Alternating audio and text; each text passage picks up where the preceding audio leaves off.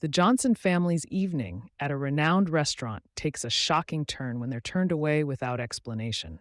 What the owner doesn't know is that this family holds a secret that will shake him to his core. Before we start, don't forget to like, subscribe, and tell us where you're watching from. Let's dive in. The day had been perfect so far for the Johnson family.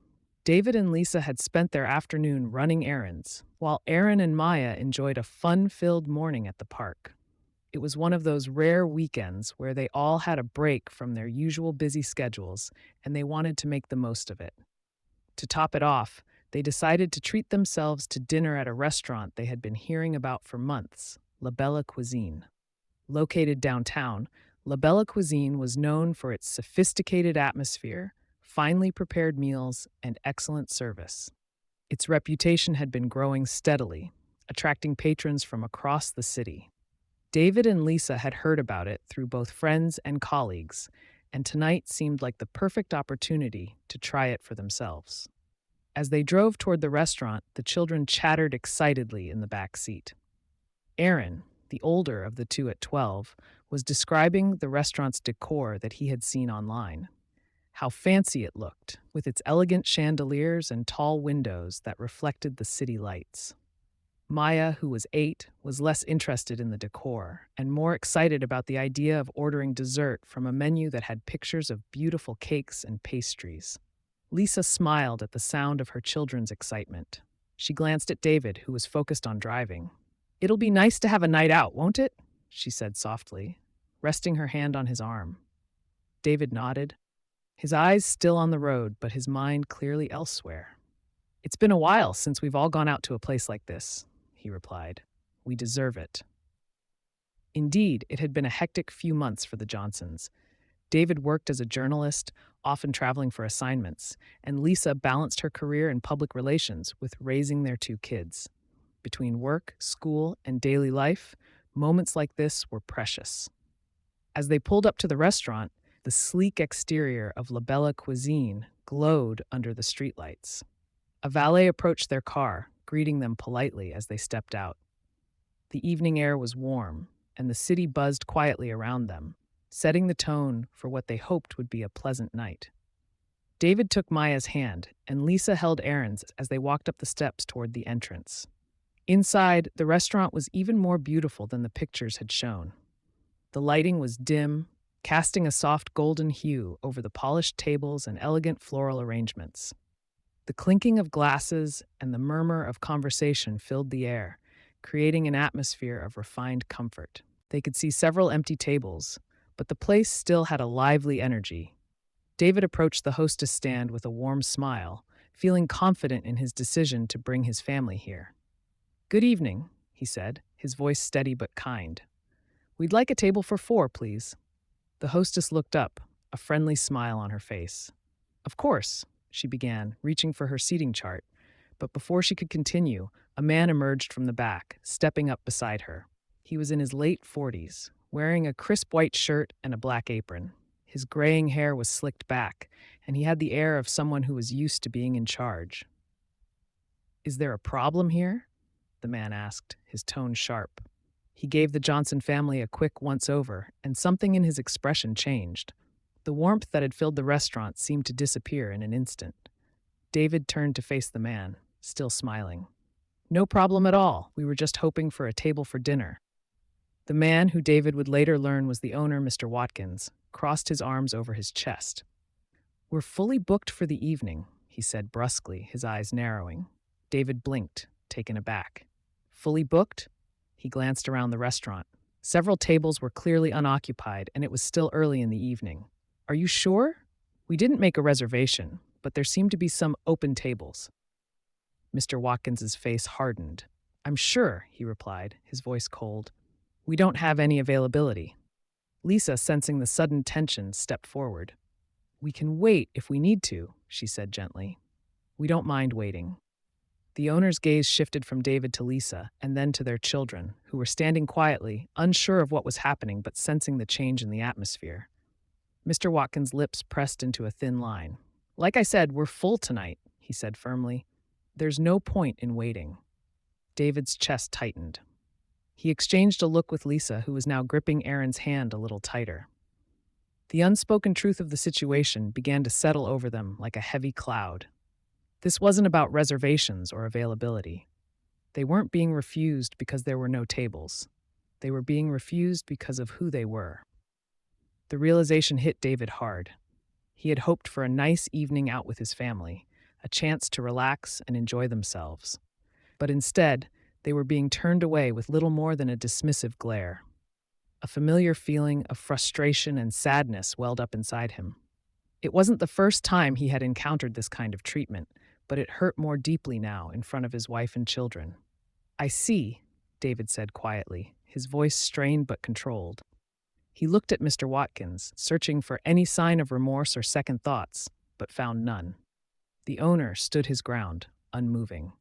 Lisa stepped closer to David, her own face tight with emotion. She wanted to say something, anything, to defend her family, to speak up against the injustice they were experiencing, but she also didn't want to escalate the situation in front of her children. She could feel Aaron and Maya looking up at her, confused and hurt by what was happening. Her protective instincts kicked in, and she decided it was best to leave rather than make a scene. David took a deep breath and nodded. "All right," he said softly, "we'll go." With that, he gently guided his family back toward the entrance. The atmosphere in the restaurant hadn't changed, as though the interaction had never happened. The other diners continued eating, oblivious or uninterested in what had just unfolded. As they stepped outside, the night air felt colder than before. The valet approached them once again, offering a polite smile as he retrieved their car. David stood silently, his hands resting on Maya's shoulders as she clutched his arm, still not fully understanding why they hadn't been allowed to stay. "Dad?" Aaron asked, his voice small. "Why did they say we couldn't eat there?" David glanced down at his son, his heart aching at the innocence in his question. He struggled for the right words. How could he explain something so painful and unjust to a 12-year-old? Lisa knelt down beside Aaron and Maya, her voice gentle but firm. "Sometimes people make bad decisions because they don't understand others," she said carefully, trying to keep her emotions in check. "What happened inside wasn't right, but it's not because of anything we did. It's because of something they need to learn." Aaron frowned, clearly still confused, but he nodded slowly.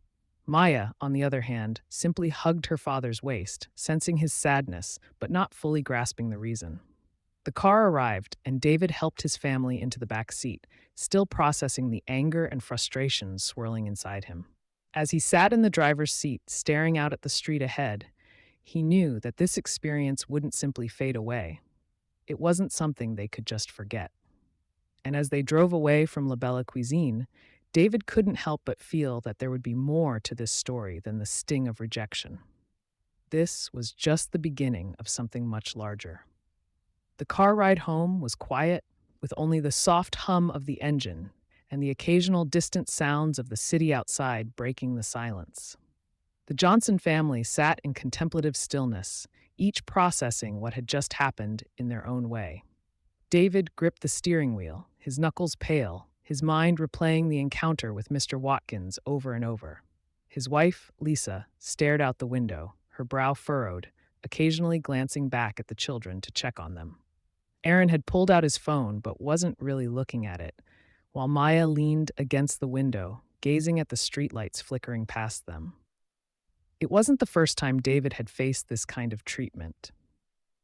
As a black man in America, he was no stranger to discrimination in subtle and overt forms. But tonight, it felt different, more personal. Being turned away like that, in front of his children, was a blow to his sense of dignity. He felt not just for himself, but for his family, who had been exposed to something they hadn't deserved. His job as a food critic had taken him to countless restaurants over the years, but this experience left a bitter taste unlike any other. As they neared home, David's thoughts shifted to what he could do about it. The feeling of helplessness gnawed at him, and the realization that the night could have ended so differently filled him with a mix of anger and sadness. But there was also something else, a spark of determination. He wasn't someone who stayed silent in the face of injustice. He had spent years writing about the hospitality industry, shining a light on everything from innovative cuisine to poor customer service. This was different, though. This was about more than just bad service. This was about dignity, respect, and the fight against prejudice. When they finally pulled into their driveway, David put the car in park and let out a long sigh. He looked over at Lisa, whose face reflected his own mix of emotions. She turned toward him, her expression softening as she reached out to place a hand on his shoulder. "We'll talk about it inside," she said quietly, knowing how much he was holding in for the sake of their children. Once inside the house, Lisa took the children upstairs to get ready for bed, while David headed into the kitchen to make some tea. He needed a moment to gather his thoughts before they discussed the evening. He couldn't let the kids go to bed with this unresolved tension hanging over them, but he also wasn't sure how to explain something so complex. A few minutes later, Lisa joined him at the kitchen table. She sank into the chair across from him, her face still tense from the events of the evening. David slid a cup of tea toward her and took a sip from his own. For a moment, neither of them spoke. The weight of the night hung between them like an unspoken agreement that something needed to be done, but neither was sure where to start. Lisa was the first to break the silence. "The kids are upset," she said softly, stirring her tea absent-mindedly.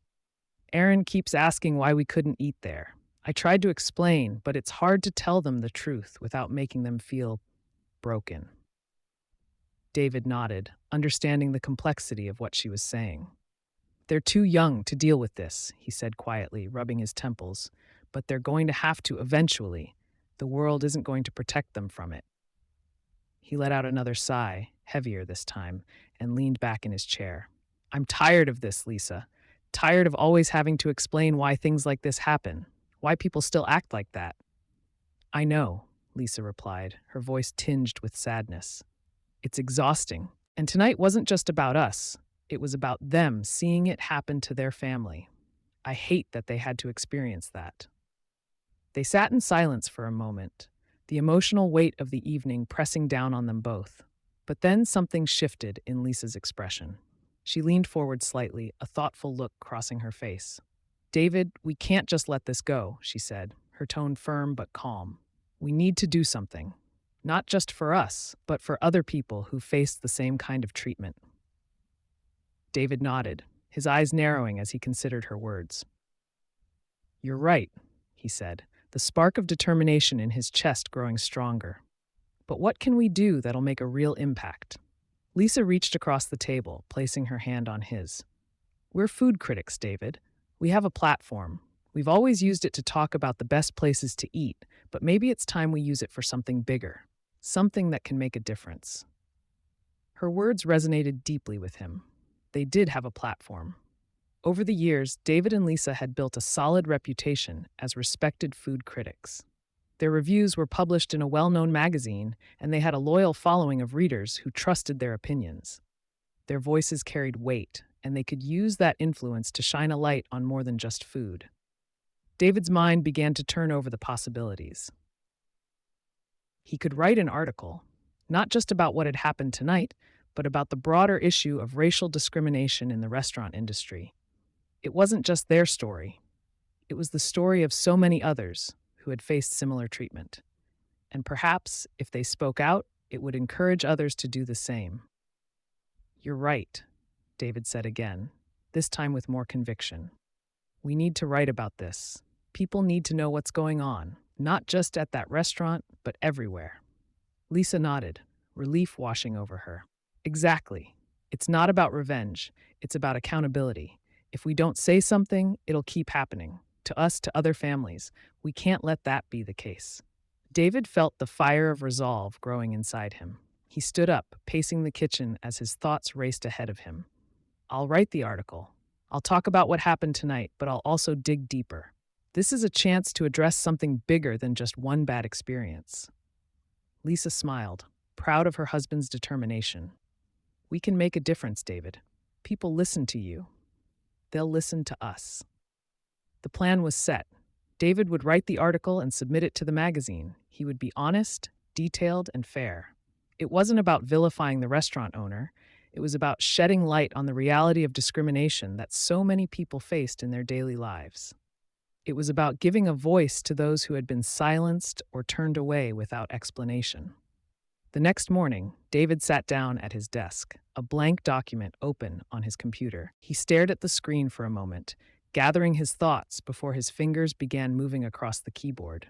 The words flowed from him with surprising ease, each sentence carrying the weight of his experience, but also a message of hope for change. He described the evening in detail, from the excitement of arriving at La Belle Cuisine to the chilling moment when Mr. Watkins had turned them away. But he didn't stop there. David delved into the larger issue of racial bias in the service industry, citing other incidents that had come to light over the years. He talked about the impact such experiences had on families like his own, how it stripped people of their dignity and left them feeling excluded and unseen. But the article wasn't just about pointing fingers. David wanted it to be constructive. He offered insights into how restaurants could foster inclusivity and treat all patrons with respect, regardless of their background. He even provided examples of restaurants that had successfully embraced diversity, proving that it wasn't just possible, but necessary for the industry to change. By the time David finished the article, he felt a sense of accomplishment. It wasn't just an emotional outlet for his frustration, it was a call to action. A way to turn a painful experience into an opportunity for growth and learning, both for himself and for others. That evening, he shared the article with Lisa, who read it carefully before offering a nod of approval. "This is powerful, David," she said softly. "It's exactly what people need to hear." David submitted the article to the magazine the next morning, feeling a mix of anticipation and nerves. He knew it had the potential to make waves, but he also knew it was the right thing to do. For his family, for others who had faced similar discrimination, and for the restaurant industry as a whole. Now, all they could do was wait and see how the world would react. The Johnsons had taken the first step towards standing up for themselves and others like them. Little did they know, their story was about to spark a much larger conversation. The morning the article went live, David sat at the kitchen table, staring at his phone. He had just hit submit on the final draft to the magazine's editor the previous day, and now the piece was out in the world for anyone to read. His stomach churned with a mixture of anticipation and anxiety. He knew it was a bold move to speak out so openly about their experience at La Belle Cuisine, but he also knew it was necessary. Across from him, Lisa was pouring a cup of coffee, her usual calm demeanor masking the tension she was also feeling. She had read the article several times before it went live, offering feedback and encouragement along the way. Now, like David, she was waiting to see how their audience and the world would react. The kids were still upstairs, getting ready for school. Maya hummed softly as she packed her bag, while Aaron, more aware of the significance of the article than his younger sister, had been unusually quiet that morning. As David refreshed his email, a notification appeared from the editor, letting him know that the article had already started gaining traction. The title, "A Table Denied: The Unseen Faces of Discrimination in Fine Dining," was bold and direct. It was exactly the message David had intended, a call to action that wasn't just about their family, but about an industry-wide problem that had been left unaddressed for too long. Minutes after the email, David's phone buzzed with more notifications. Comments were pouring in on the magazine's website, along with responses on social media.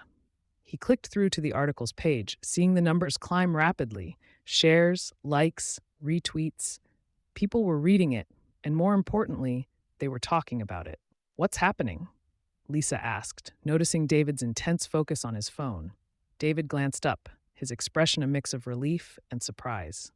"It's going viral," he said quietly. "People are really engaging with it. Some of the comments, they're sharing their own stories." Lisa sat down beside him, scrolling through the comments as they continued to flood in. Story after story appeared, people recounting their own experiences with discrimination at restaurants, cafes, hotels, and more. Some were heartbreaking, others were infuriating, but all of them painted the same picture. What had happened to the Johnson family wasn't an isolated incident. It was part of a larger, systemic problem. One comment in particular caught David's eye. It was from a woman who wrote, "I've been turned away from restaurants for no reason too many times to count. Thank you for speaking up. It's about time someone with influence did something about it." Another commenter added, "This isn't just about food, it's about dignity. I'm tired of being treated like I don't belong." David's heart tightened as he read the flood of responses. He had known the article would resonate with some people, but he hadn't expected this outpouring of emotion. It was clear that what they had experienced was a shared reality for so many others. The article began gaining attention beyond the readers of the magazine. News outlets started picking it up, each one adding its own commentary on the broader issue of racial bias in the service industry. David's phone rang intermittently with calls from journalists wanting to interview him and Lisa. His inbox filled with requests for statements, while social media exploded with hashtags related to the article and its message. Within hours, their story had reached national headlines. While this attention was validating, it also came with its own challenges. Some people reacted defensively, claiming that David was overreacting or that this was just a one-off experience. Others tried to downplay the incident as a misunderstanding. But for every negative response, there were dozens of others in support, people who appreciated the Johnsons for shining a light on an issue that had gone unspoken for far too long. Amid the flurry of responses, David received a message from the magazine's editor. The magazine had never seen such an overwhelming reaction to an article in such a short amount of time. "You've started something big here," the editor wrote.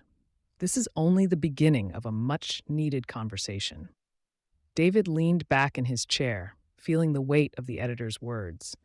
It was one thing to write about their personal experience, but to be at the center of such a large conversation felt both empowering and daunting. This wasn't just about their family anymore. It was about everyone who had ever faced the sting of discrimination. As the day progressed, news outlets reached out for more information. They wanted interviews, op-eds, and further insights from David and Lisa.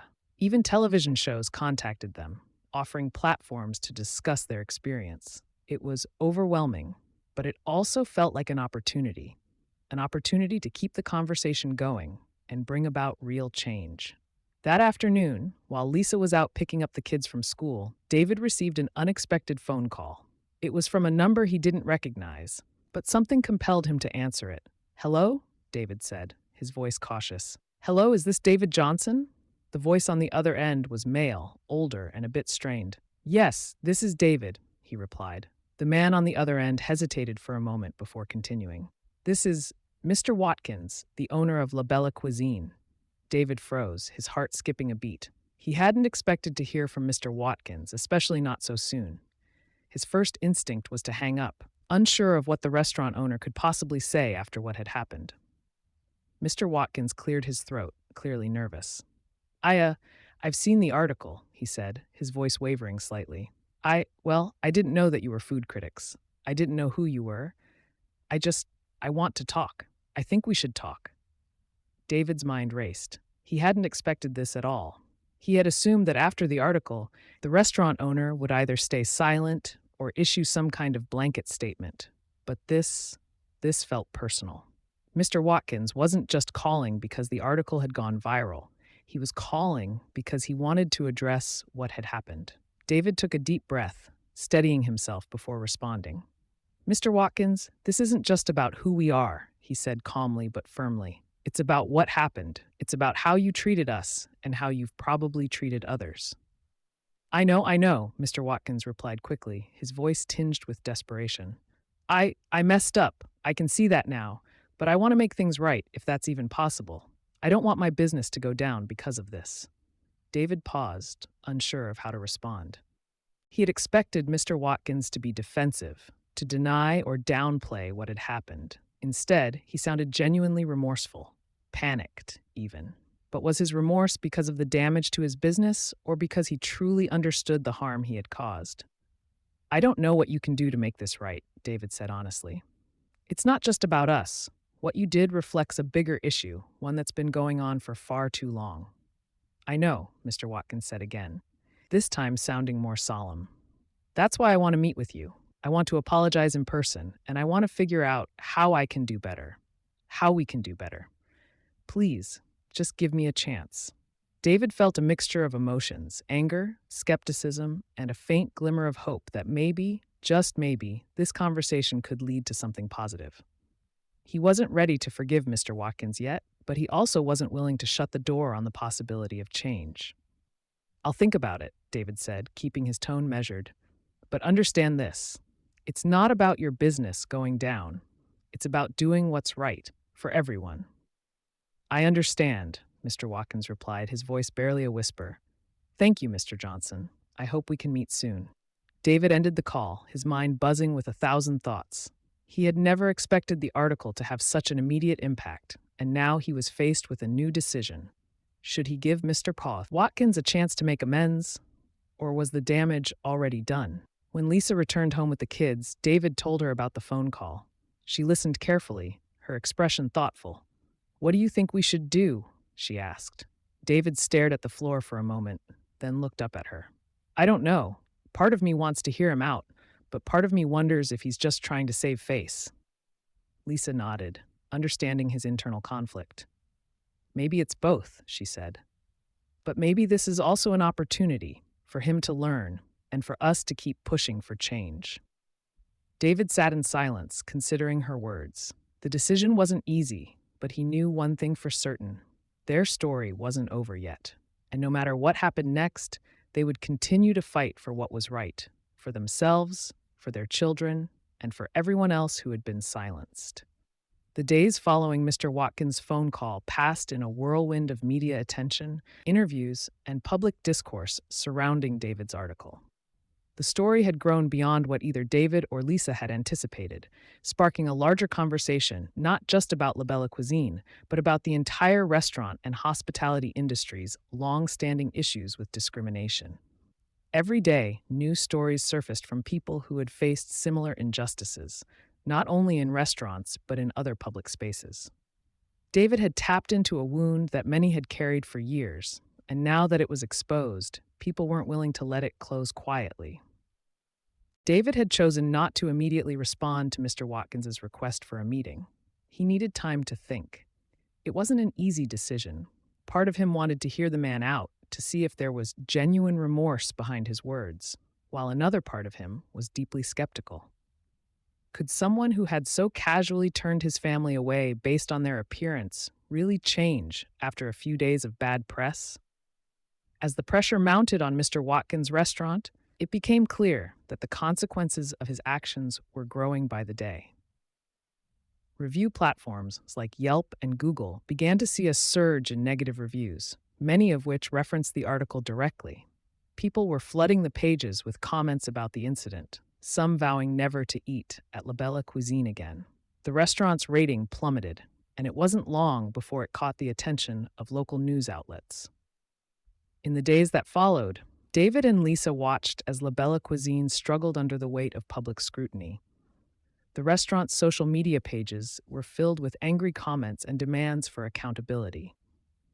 Mr. Watkins issued a public statement on his restaurant's website, acknowledging the incident and apologizing for his actions, but the statement felt hollow and too late to many.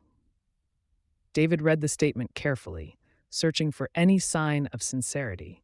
The apology was there, but it was couched in language that seemed more concerned with damage control than true reflection. We are deeply sorry for the unfortunate incident that occurred and regret any offense caused, it began, going on to promise diversity training for the staff and a reevaluation of their policies. But David couldn't shake the feeling that Mr. Watkins' real motivation was to save his business, not to make meaningful change. He decided to hold off on responding to the restaurant owner's request for a meeting. Instead, he focused on the ongoing conversation the article had sparked. Meanwhile, the media frenzy continued. David and Lisa were invited to appear on popular morning talk show to discuss the article and their experiences. It was a surreal experience for them, being thrust into the national spotlight so suddenly. As they sat on the plush couch under the bright studio lights, the host, a woman with a kind smile, asked them to recount the night at La Bella Cuisine. David spoke carefully, recounting the events with the same dignity he had maintained throughout the ordeal. "We weren't looking for a fight that night," he said. "We just wanted to enjoy a meal with our family. But when you're treated as though you don't belong somewhere because of the color of your skin, it's a wound that cuts deep." Lisa, seated beside him, added, "We decided to speak out because we know this isn't just our story. It's the story of so many people who have been turned away. Not just from restaurants, but from opportunities, from dignity, from equality. We knew we had to do something." The host nodded sympathetically. "It's clear this article has struck a chord with people across the country. Have you heard anything from Mr. Watkins since the article was published?" David hesitated for a moment before responding. "He reached out. He wants to meet, but I'm not sure what good that will do.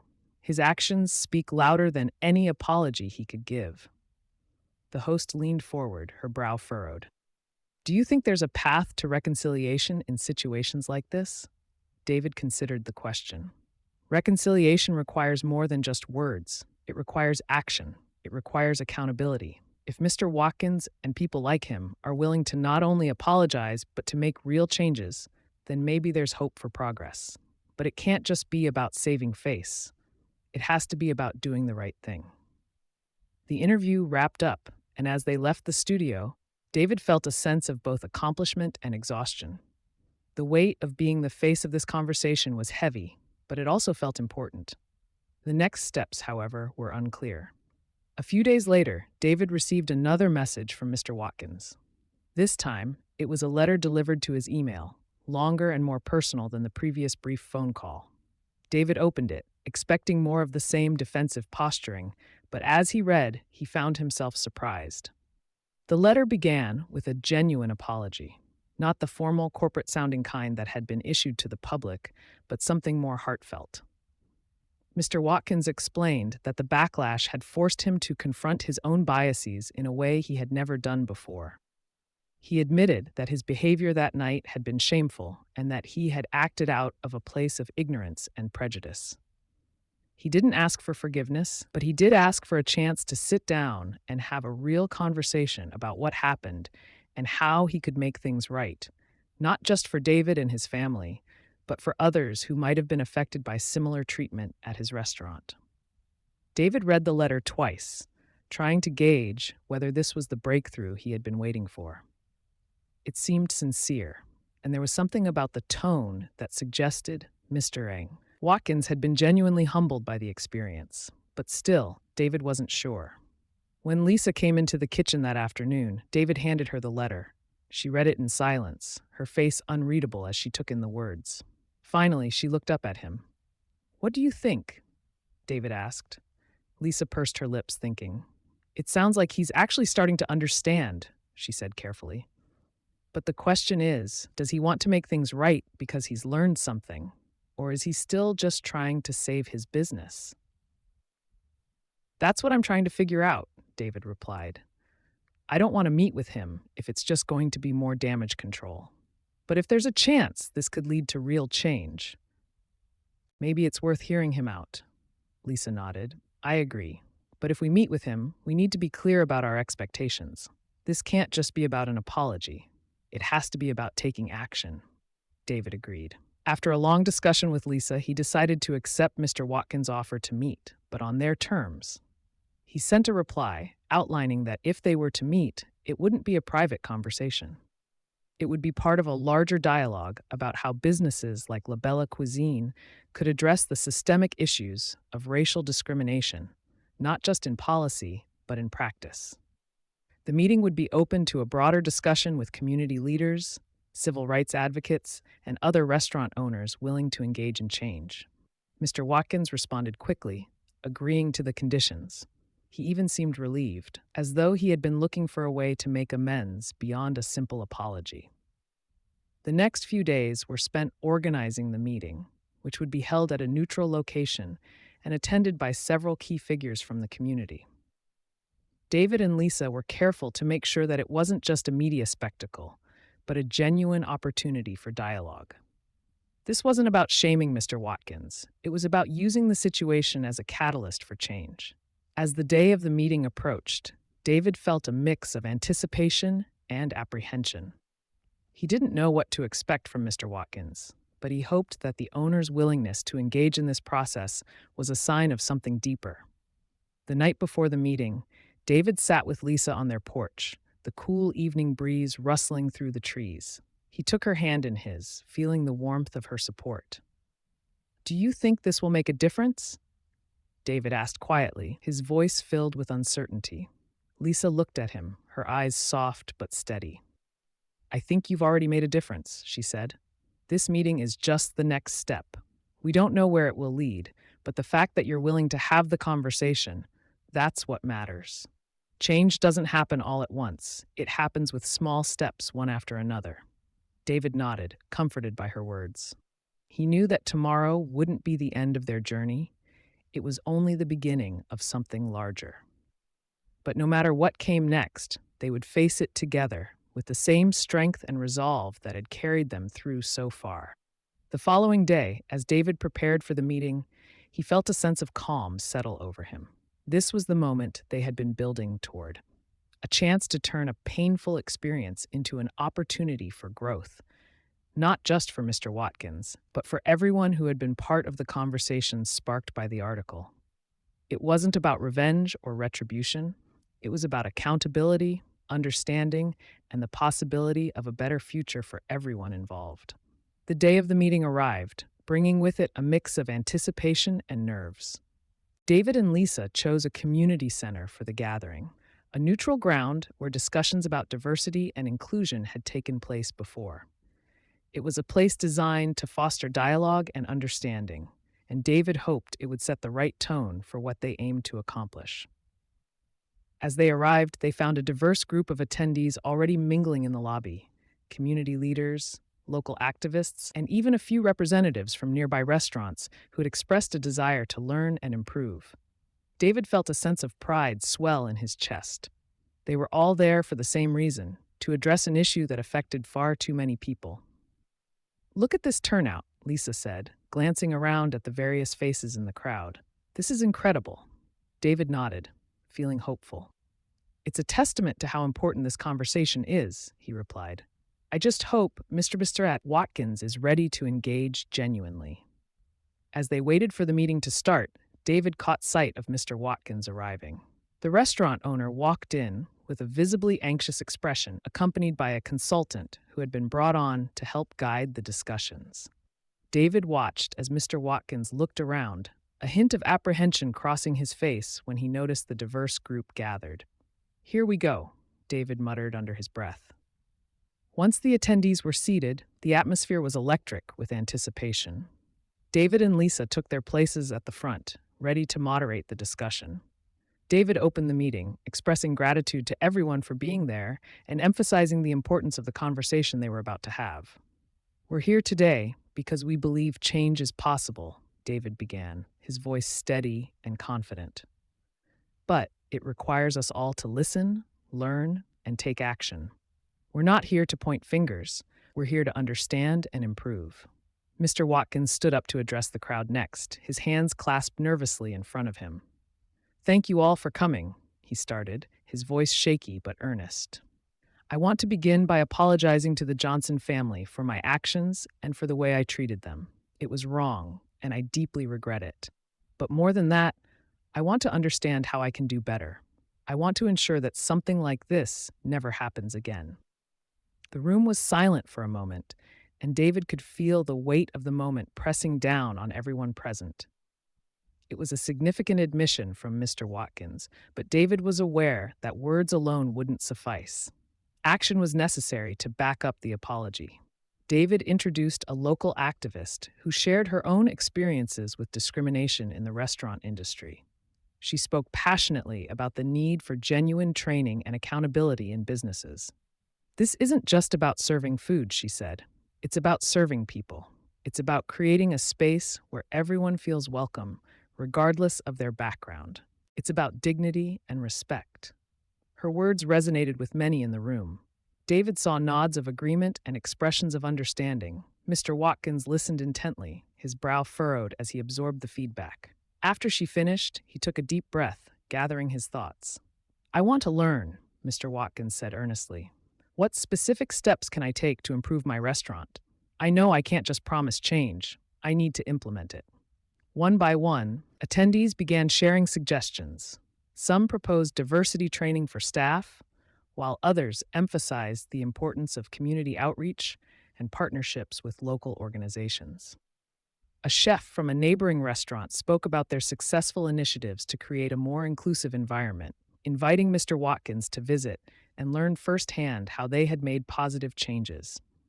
The conversation flowed organically, with various perspectives emerging. David and Lisa guided the dialogue, making sure everyone had a chance to speak while keeping the focus on actionable solutions.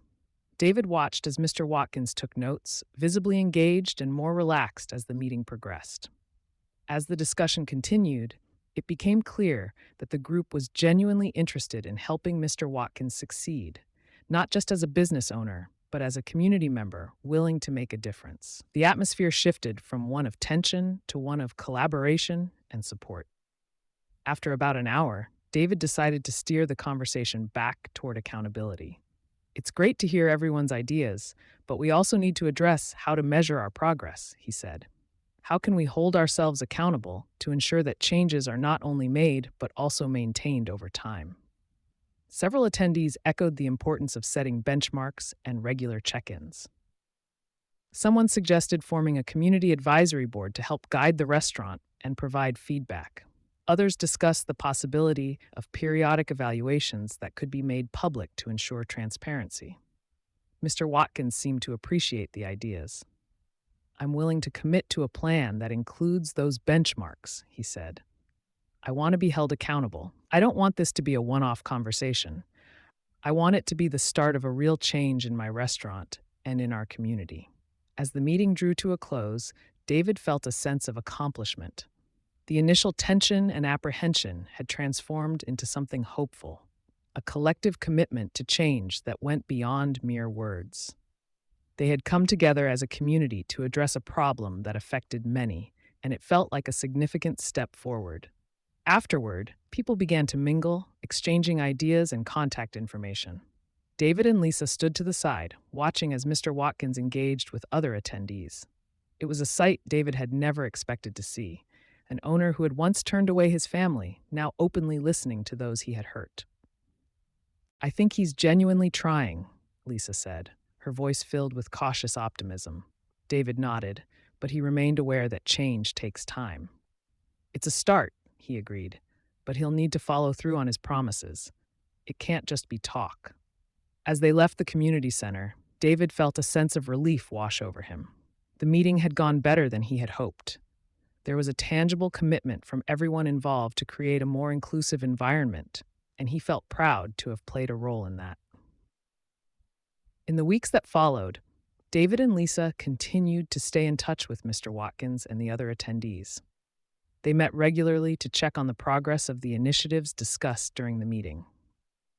David was pleased to see that Mr. Watkins was following through on his commitments, implementing diversity training, engaging with community members, and seeking feedback to improve his restaurant's atmosphere. In time, La Bella Cuisine began to regain some of its former patrons, though it would take a long while for the restaurant to fully recover from the damage to its reputation. More importantly, the owner's sincere efforts to change began to resonate with the community. People noticed the new menu items highlighting diverse cuisines, and the staff was visibly more welcoming and engaged. As the restaurant evolved, so did the conversations surrounding it. More restaurant owners began to reach out, asking for guidance on how to create more inclusive environments. David and Lisa found themselves at the center of a growing movement, advocating for change not just in their community, but beyond. One evening, as they sat down for dinner at La Bella Cuisine, now bustling with a mix of old and new customers, David reflected on how far they had come. The initial pain of rejection had turned into a powerful force for change. He looked across the table at Lisa, who was smiling as she watched their children explore the new menu. It's incredible, he said, a sense of fulfillment washing over him. We turned a negative experience into something positive. Lisa nodded, her eyes shining. It's proof that change is possible, even in the face of adversity. We just have to keep the conversation going. David felt grateful for that moment. They had taken a stand for what was right, and in doing so, they had not only found their voice, but had inspired others to do the same.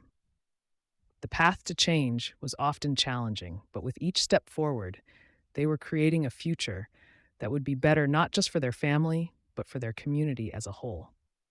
As they savored their meal, surrounded by laughter and the clinking of glasses, David realized that this was just the beginning of a much larger journey, a journey filled with hope, resilience, and the unwavering belief that together they could make a difference. Thanks for joining us. If you enjoyed this story, don't miss the next one. Click on the video now to watch. We appreciate your support, and we'd love to hear your thoughts in the comments.